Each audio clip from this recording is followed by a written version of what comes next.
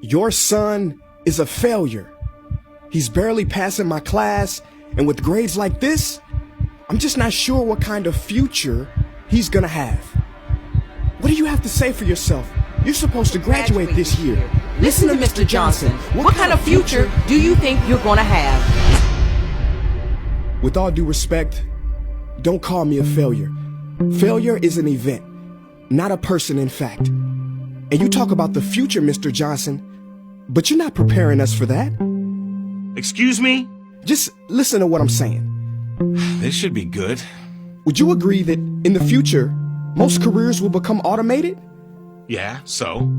So the people who succeed will have to be curious, innovative, with resilience to adapt to new changes. What's your point? My point is, the focus in this school is not on that. It is on regurgitating information and test taking, and that's just real.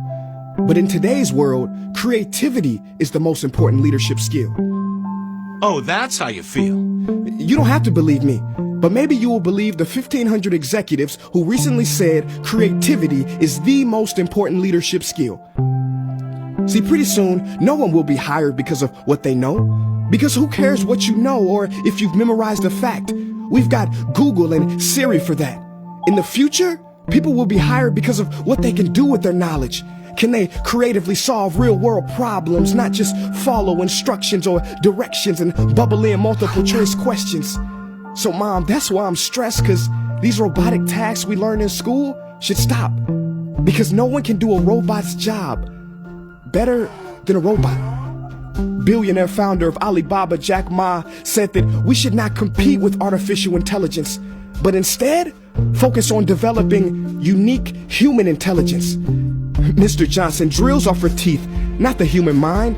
So these repetitive knowledge-based tasks we must leave behind.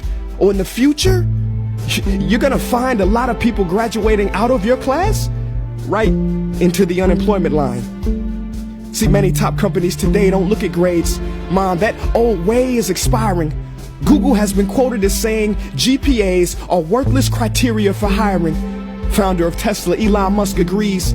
So I say this with unease and sorrow.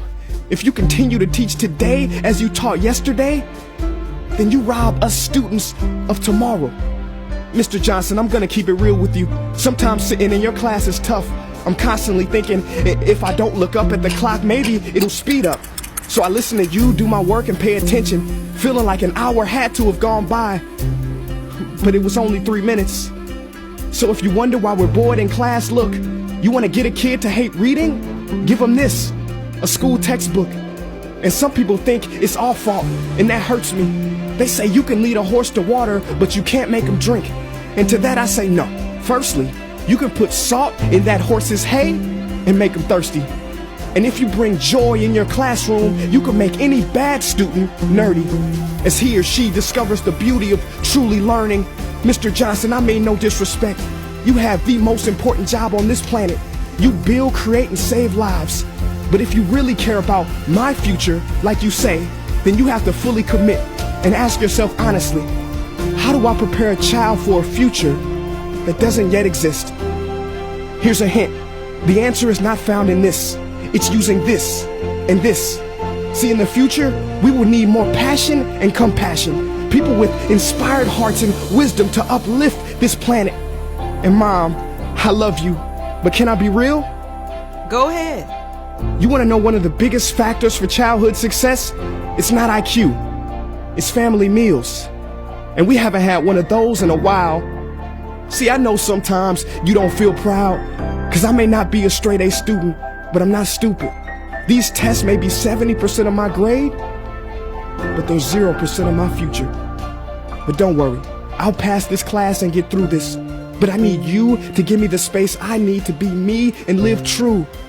Because the best feeling in the world is that your own parents get you. There's a passage in a book called The Prophet by Khalil Gibran. And if you don't mind, I'd love to share it with you. Go ahead. See, he says, your children are not your children. They are the sons and daughters of life longing for itself. They come through you, but not from you. And though they are with you, they do not belong to you. You may give them your love, but not your thoughts, for they have their own thoughts. You may house their bodies, but not their souls, for their souls dwell in the house of tomorrow. So, Mom, I'd appreciate it if you give me the love that I need to pursue my dreams. See, if we are to succeed, all three of us need behavior change on all fronts. We talk about the future, but the future is now, and it is created now by all of us. I've never heard you speak like that before. Yeah, I didn't know. But I'm gonna reach out to administration and try to change some things.